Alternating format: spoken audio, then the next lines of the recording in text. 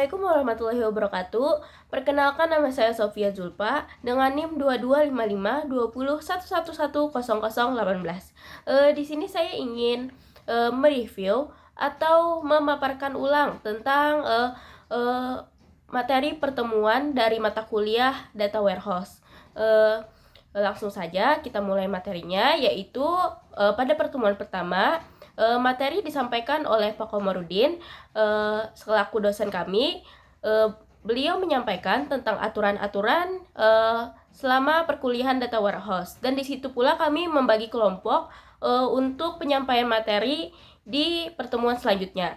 Lanjut, pertemuan kedua yaitu pengantar data warehouse yang disampaikan oleh teman saya dari kelompok 2. Untuk materinya, mereka membahas definisi dan konsep dasar data warehouse, sejarah dan evolusi data warehouse, perbedaan antara data warehouse dan database operasional, karakteristik utama data warehouse, komponen-komponen data warehouse, manfaat dan tantangan implementasi data warehouse, contoh penggunaan data warehouse di berbagai industri. Selanjutnya ada pertemuan 3, yaitu arsitektur data warehouse, disampaikan oleh teman saya dari kelompok 3. Mereka menyampaikan materi tentang arsitektur dasar data warehouse, model arsitektur enterprise data warehouse versus data mart, komponen arsitektur, sumber data, ETL, area staging, penyimpanan data, arsitektur 3-tier and N-tier, lalu ada arsitektur data warehouse terdistribusi, perbandingan arsitektur on-premise dan cloud-based. Lalu ada studi kasus analisis arsitektur data warehouse perusahaan besar.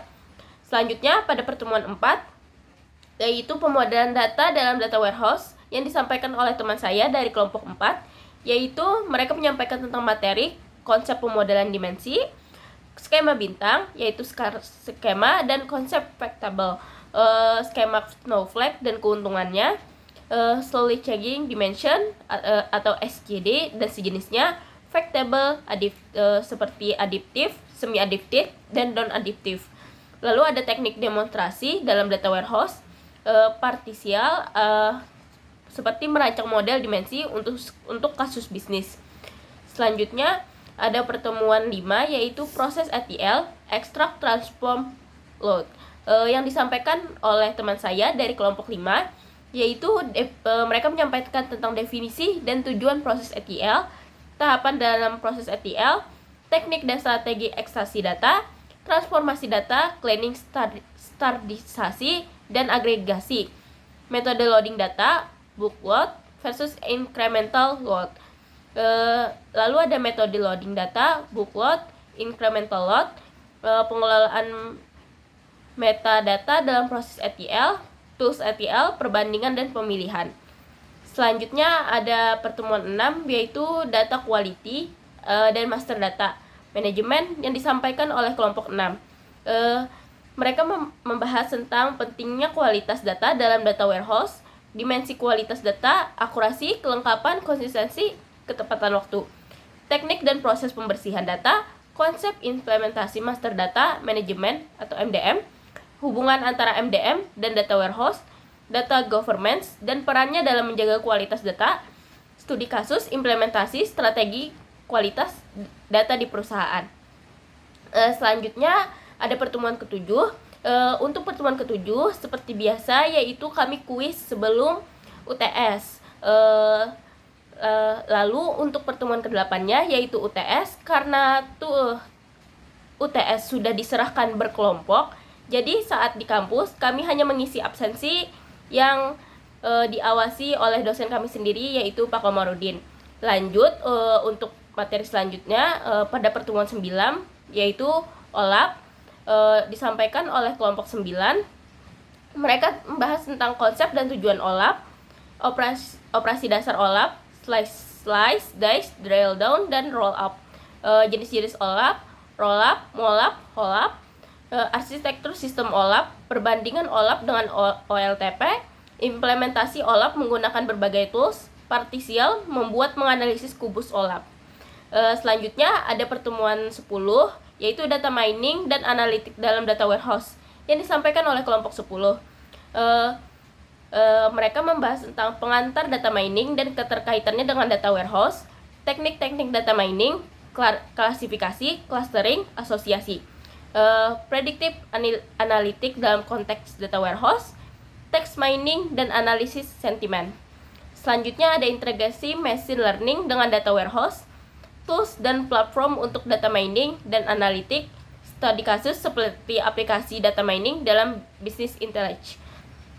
Selanjutnya ada pertemuan ke-11 yaitu keamanan dan privasi data warehouse yang disampaikan oleh kelompok 11, yaitu tantangan keamanan dalam data warehouse, strategi enkripsi data di data warehouse, manajemen akses dan otorisasi pengguna, auditing logging dalam data warehouse, keputusan terhadap regulasi data, GDPR, CCPA, dan lain-lain. Privasi data dalam konteks data warehouse, best practice keamanan data warehouse. Selanjutnya ada pertemuan ke-12 yaitu performance tuning optimisasi yang disampaikan oleh kelompok 12.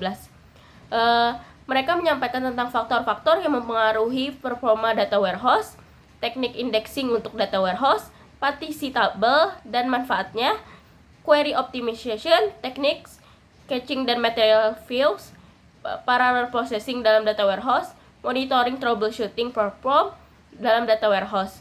Untuk pertemuan ke-13, data warehouse dan big data yang disampaikan oleh kelompok 13, yaitu konsep big data dan keterkaitannya dengan data warehouse, arsitektur data lake dan versus data warehouse, Hadoop, ekosistem dan integrasinya dengan data warehouse, streaming data dan real-time analytics, NoSQL, database dalam konteks data warehouse untuk struktur demi struktur data, tren masa depan, yaitu ada data lakehouse. Selanjutnya ada penyampaian materi dari kelompok terakhir, yaitu pertemuan 14 yang disampaikan oleh kelompok saya sendiri, yaitu kelompok 14, implementasi dan manajemen proyek data warehouse. Di sini kami membahas tentang siklus hidup pengembangan data warehouse, analisis kebutuhan data dan perencanaan data warehouse, pemilihan teknologi dan vendor data warehouse, manajemen perubahan dalam implementasi data warehouse, testing dan quality assure data warehouse, pelatihan pengguna dan adopsi data warehouse. Lalu ada evaluasi ROI dan pengukuran keberhasilan proyek data warehouse. Selanjutnya yaitu ada pertemuan 15 seperti yang sebelumnya, yaitu pertemuan 15 berisi kuis yang soalnya sudah disediakan oleh dosen kami sendiri, yaitu Pak Komarudin. Kuis ini bertujuan untuk persiapan sebelum datangnya UAS. Selanjutnya ada pertemuan 16 yaitu UAS. Untuk UAS sendiri kami sudah ditugaskan untuk membuat video. Jadi saat di kampus kami hanya melakukan presensi atau kehadiran, lalu setelah itu kami pulang. Demikian dari review materi atau review pertemuan dari mata kuliah data warehouse. Semoga video saya bisa merangkum seluruh pertemuan dari pertemuan pertama hingga pertemuan ke-16.